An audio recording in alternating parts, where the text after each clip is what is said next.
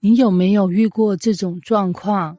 你真的很需要帮助，你很诚恳，很认真，很卑微，结果对方看了你一眼，不回你，不是已读不回，是完全不理你。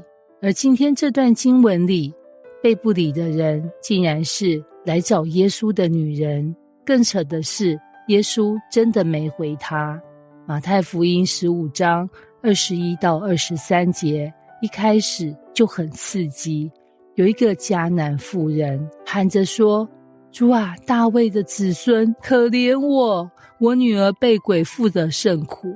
注意哦，他不是乱喊，他用的是弥赛亚的称呼，大卫的子孙。结果呢，耶稣却一言不答。如果这发生在今天，留言区一定炸裂。主，你是不是太呢？耶稣，你是不是在忙？这段是不是该被剪掉？但没有，耶稣很诚实地写下来。耶稣沉默。接下来更痛，门徒说：请打发他走吧，因为他在我们后头喊叫。翻成现代语就是：老师，他很吵处理一下好不好？他不只被神沉默，还被宗教圈嫌弃。如果是你，这时候会怎样？大概早就心里想，算了啦，信仰也没那么灵。但他没有走。耶稣终于开口了，但一开口更狠。我奉差遣，不过是到以色列家迷失的羊那里去。潜台词是，你不是我主要的对象。但他还是靠近，还是俯伏，还是说：主啊，帮助我。然后重点来了，不好拿儿女的饼丢给狗吃。等一下，你这句话是公开，会延上等级耶。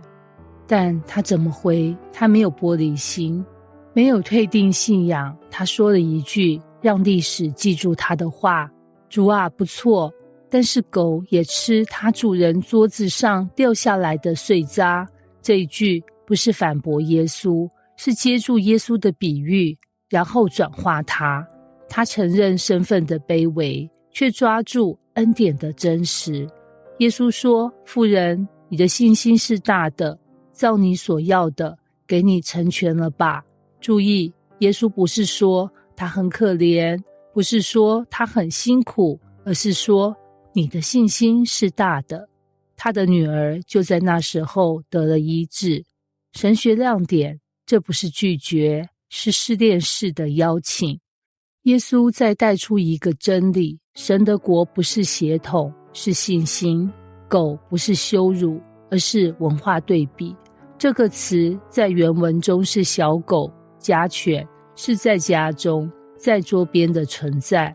这个妇人跨越了3重界限：性别界限、种族界限、宗教界限。我们今天最怕的不是神说不，而是神没说话。但这段经文告诉我们，沉默不等于拒绝，拖延不等于否定。有时候神正在等你说出那一句，即使只有碎渣，我也相信够了。真正的大信心不是要求完整的饼，而是在碎渣里仍然相信主人的爱。